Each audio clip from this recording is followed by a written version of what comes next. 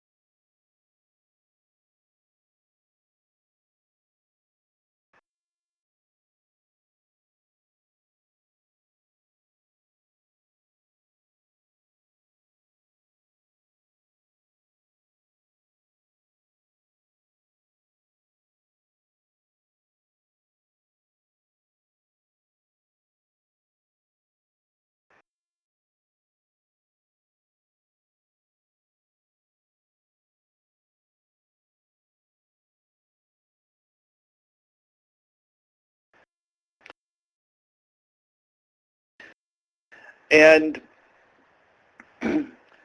today will be our presenter, I should say, excuse me. Today our presenter will be, excuse me. Today our presenter will be Emmett Powell, and Emmett will be speaking about process modeling. Emmett is the co-author with Phil Vidkus for this chapter. Emmett has over 18 years experience in management and management analysis with an emphasis on the analysis and design of business processes. Emmett is a highly experienced business improvement practitioner. He holds a Master's of Science in Systems Management and a Master of Management Information Systems. In addition, Emmett has led numerous documentation and analysis of industrial processes and supply chain issues, resolving complex operational issues. He also brings an understanding of process documentation tools such as ARIS and a broad understanding of different modeling techniques that were described in the chapter. And rounding out Emmett's experience, he is an experienced instructor, and he brings business and technology topic expertise to his students. At this point, I'd like to thank you for joining us, and just spend just about 30 seconds going over some points of housekeeping. First of all, we're going to leave time for questions at the end, so please hold your questions till the end of the presentation. Secondly, any questions that we may not have time to get to, if you send them in to us, we'll be happy to make sure that they get to Emmett, and that Emmett will then get an answer back to you. So hopefully we'll have time for all the questions today, but if we don't, just send them to us and we'll have it taken care of. The session today will be recorded so that people will also be able to then, through the ABPMP website, access not only this webinar, but all of the webinars in this series at your convenience. Also, to avoid a great deal of background, as the presentation is going forward, could you please keep your phones on mute, and then, of course, at the end, then we'll have an interactive discussion. So, without further ado, I would like to introduce Emmett, and Emmett, turn it over to you. Thank you, Dan. As Dan said, my name is Emmett Powell, and I'm grateful for the opportunity to share with you some of the material that went into the CBOK chapter on process modeling. This chapter focuses more on the approach to modeling, while later chapters will cover such topics as process analysis and design considerations. And I'm just finding the controls, so bear with me for a moment. Oh, there we go. We model our processes in order to understand something about the enterprise we are acting within.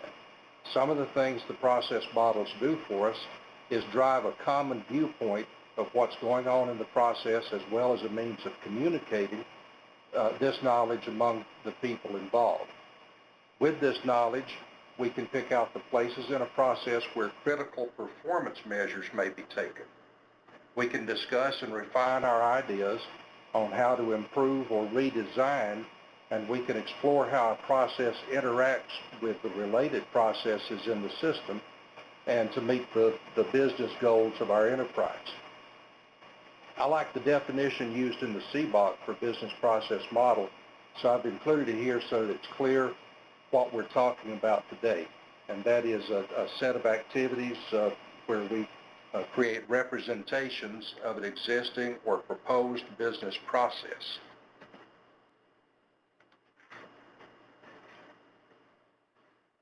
I've developed some very definite ideas on what makes for good modeling and have included some of them here. Many of us have experienced the frustration that comes from a process diagram that's drawn in haste, missing some of the key details and with little understanding of what the picture means. I've included a list on the right-hand side of the slide of things we should try to avoid in our process modeling, and another list of what I feel makes a sound process model. Some of these are going to be explained more fully in the future slides in the deck. The key takeaway from this slide that I'd like you to have is that we model a process. We should always aim to make it as useful as possible with clear definitions, well understood relationships, and hopefully reusability for our future needs. We'll address the topic of static and dynamic models. Most of the models we draw are going to be static in nature. That's necessary in order to capture conditions at a single point in time, such as how the process looks when we begin working on it. Sometimes we'll also need some of the more dynamic process models, which might be especially useful in seeing how the process is expected to play out over a period of time. One example of a dynamic model from my own experience would be the modeling of information network processes, where simulated packets of communication are fed into the model to help pick out collisions and potential congestion. Most of these dynamic modeling sort of environments are more single purpose, and the ones with the more static representation of process can be a more of a general purpose sort of tool. Some process modeling tools have the ability to run such simulations, while some rely on the process expert's ability to visualize the flow of information or materials through the process. It's important to note that each modeling project may contain multiple static models representing actual or possible future states, while some will include a dynamic component as well.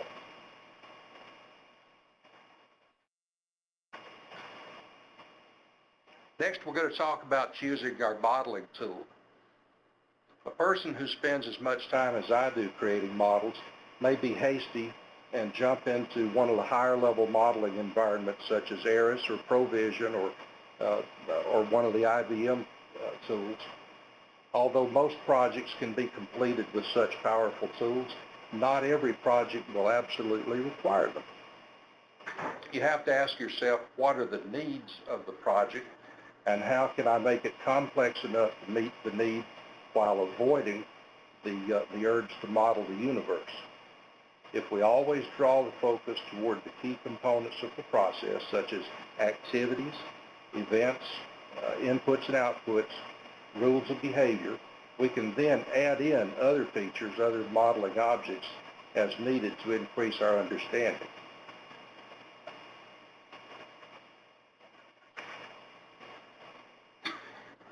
More on choosing a modeling tool. I've included a comparison,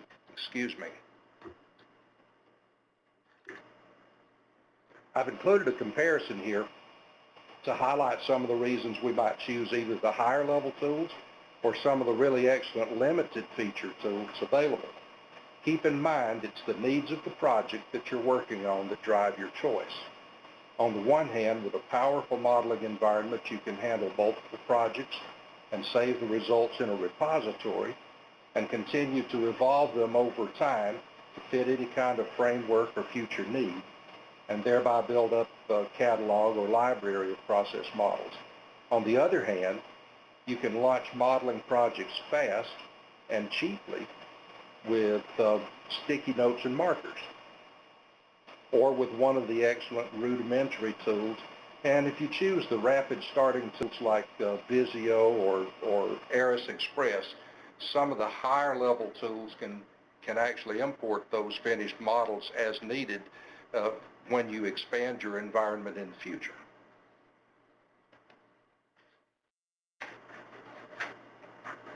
Next, I'd like to tell you a little bit something about the notations.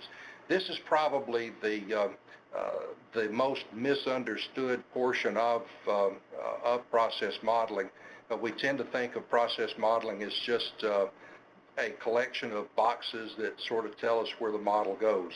And that's essentially it, but precision and standardization become very, very important here.